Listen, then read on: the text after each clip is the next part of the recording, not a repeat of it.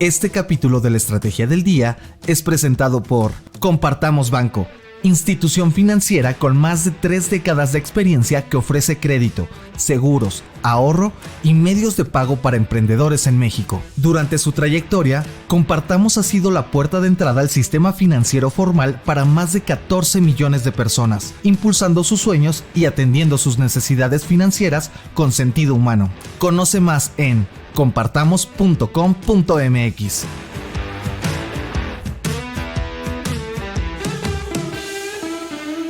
Muy buenos días, un fin de semana que no dio tregua en el continente americano, desde Norteamérica, pasando por México hasta el sur de Argentina. Comencemos con el último grito de AMLO, el enojo de un expresidente mexicano que rompió su propia autocensura, más disparos cerca de Trump en Estados Unidos y el presupuesto 2025 del presidente Milei. No olviden hacer clic al botón de seguir del podcast, activar la campana para que puedan recibir la alerta de un episodio nuevo cada mañana.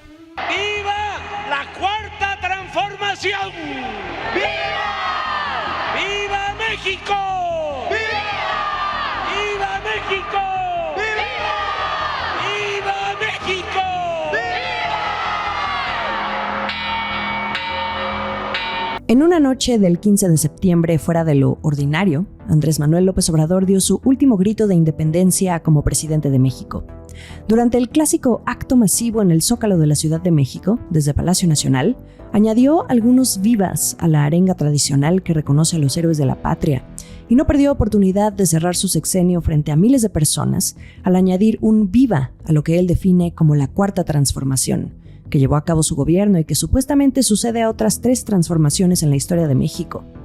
Este viva nunca antes había sido pronunciado por el presidente, quien antes de salir al balcón y al término del espectáculo fue arropado ante gritos de "es un honor estar con Obrador" y "sí se pudo".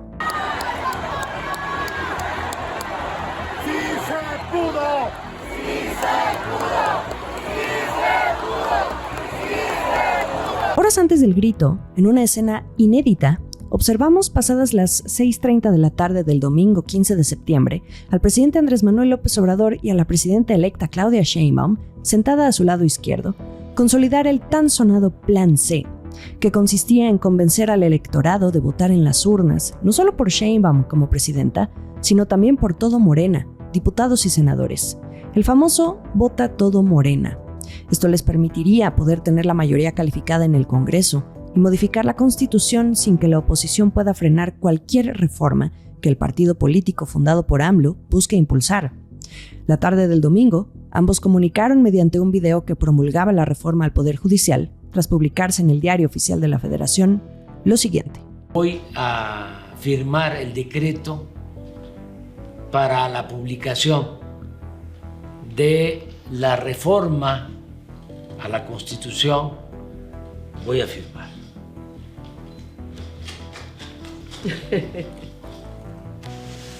15 de septiembre, a unas horas del grito de independencia del presidente Andrés Manuel López Obrador 2024 y el día que saldrá publicado que sale publicado en el Diario Oficial la reforma al Poder Judicial. Con el pueblo todo, sin el pueblo nada. Fiel a su estilo de promulgar leyes en fechas conmemorativas de la historia de México, es así como López Obrador consuma el deseo que presentó desde el pasado 5 de febrero para cambiar las reglas de la justicia en el país, siendo el punto más controversial la elección de jueces, magistrados y ministros por vía popular y un tribunal disciplinario que suple al Consejo de la Judicatura para evaluar a quienes a partir de 2025 sean los nuevos elegidos para hacer justicia. La promulgación de esta reforma, que entrará en vigor este lunes 16 de septiembre, se dio en medio de un proceso sumamente polémico que generó preocupaciones sobre el porvenir de la democracia mexicana, la consolidación de Morena, el partido gobernante, y el actuar en conjunto de 2 poderes, el ejecutivo y el legislativo, para interferir en un tercero.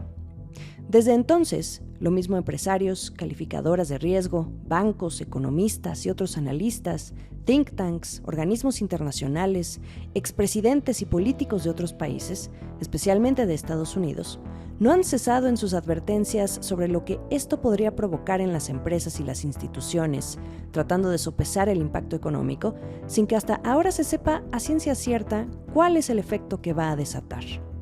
El panorama sigue siendo nebuloso, aunque en los mercados la incertidumbre quedó descontada desde hace una semana, cuando se vio al peso mexicano apreciarse por otros motivos ajenos a la reforma.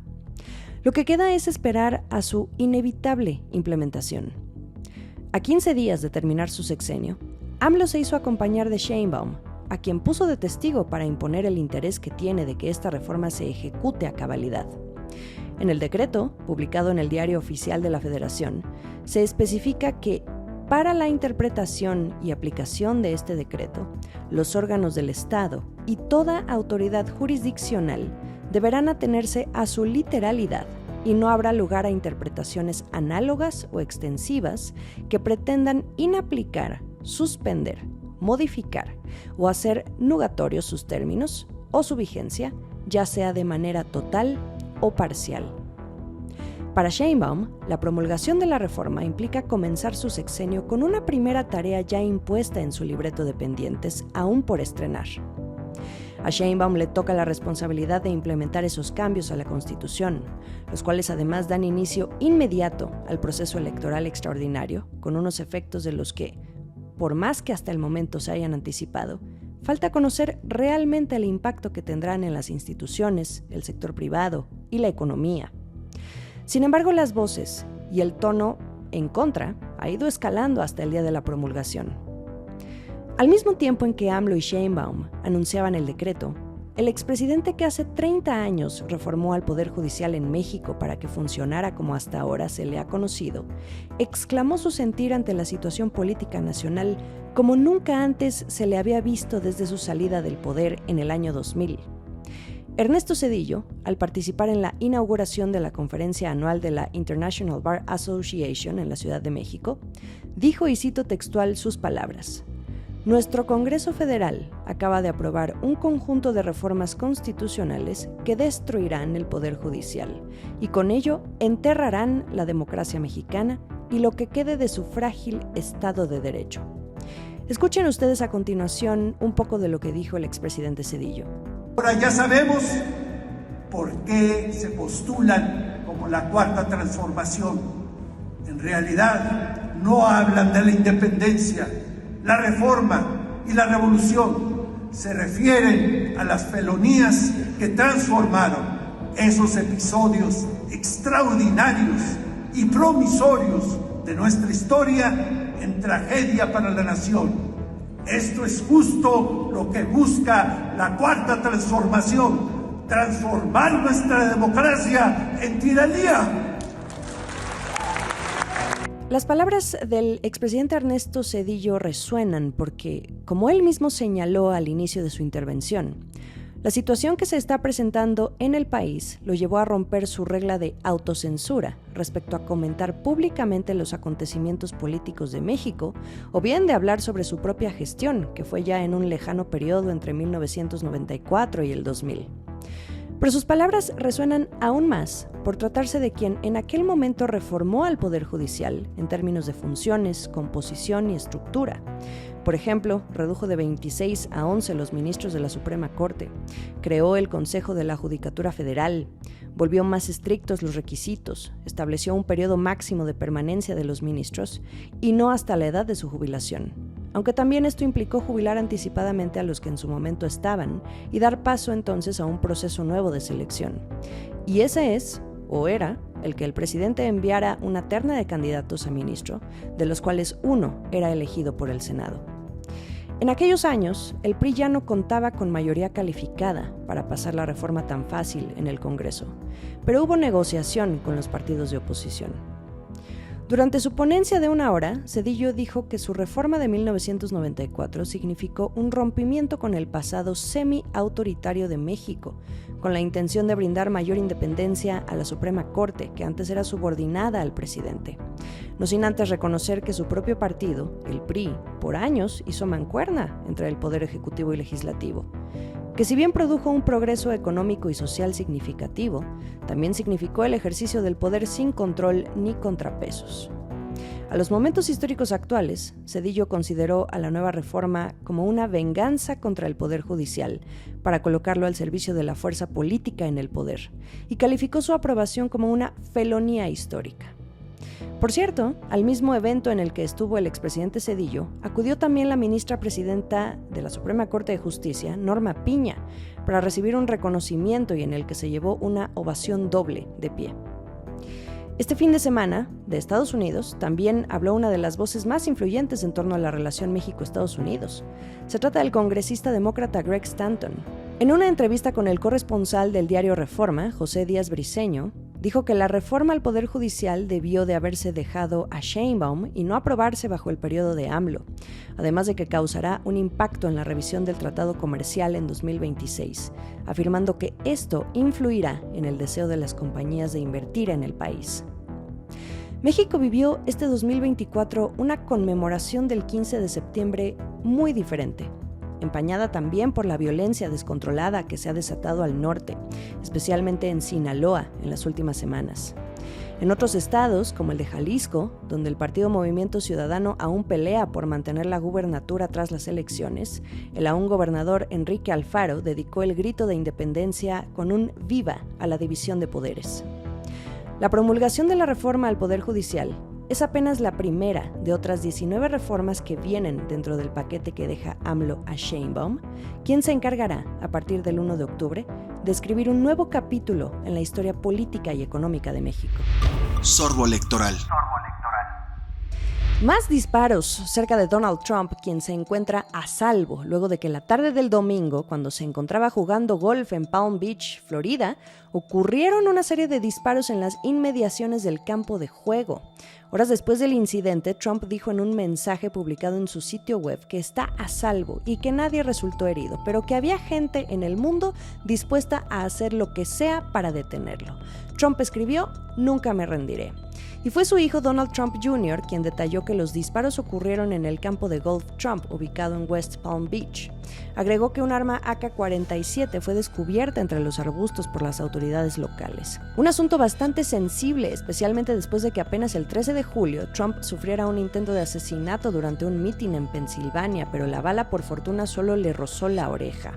Posteriormente al suceso de este domingo, la agencia Associated Press citó una declaración del FBI que calificó el incidente como un segundo intento de asesinato contra la vida de Trump.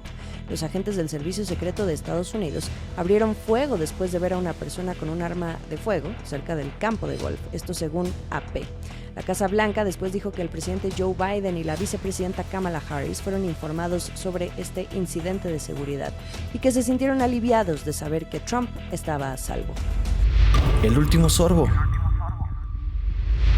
Mientras tanto, en América Latina, mucha atención a la Argentina, donde el presidente Javier Milei presentó este fin de semana su primer proyecto de presupuesto. Desde el Congreso y en cadena nacional, trazó una hoja de ruta respecto a la economía que espera para 2025, con la ratificación del déficit cero como eje innegociable de su programa de gobierno y definiciones centrales respecto de la inflación, el tipo de cambio y la actividad económica. Para el año que viene, el gobierno de Milei prevé que el PIB rebote 5%, que la inflación se desacelere a 18.3% y que el tipo de cambio oficial cierre en 1.207 pesos argentinos. La proyección oficial incluso va más allá para el nivel de actividad, al plantear un crecimiento de 5% del producto para 2026 y de 5.5% para 2027.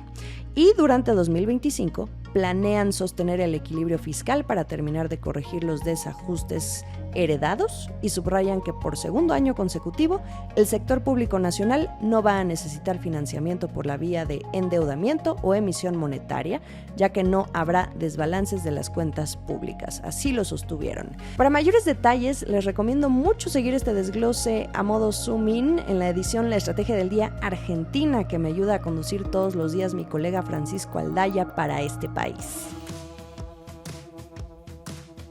Después del grito, haya sido como haya sido, como que se pasa rápido y ya huele a otoño. Espero que estén disfrutando en México de su día de descanso mientras escuchan lo mejor de la información económica y de negocios, por supuesto, aquí en La Estrategia del Día. Estamos en Twitter como @laestrategiamx, en Instagram me encuentran como @JimenaBusiness y en YouTube los episodios completos en video. Mañana tenemos nuevo episodio de Sorbo Electoral USA y el miércoles regresamos a programación normal. Esta fue La Estrategia del Día, escrito y narrado por Jimena Tolama, producido por Arturo Luna y Daniel Hernández.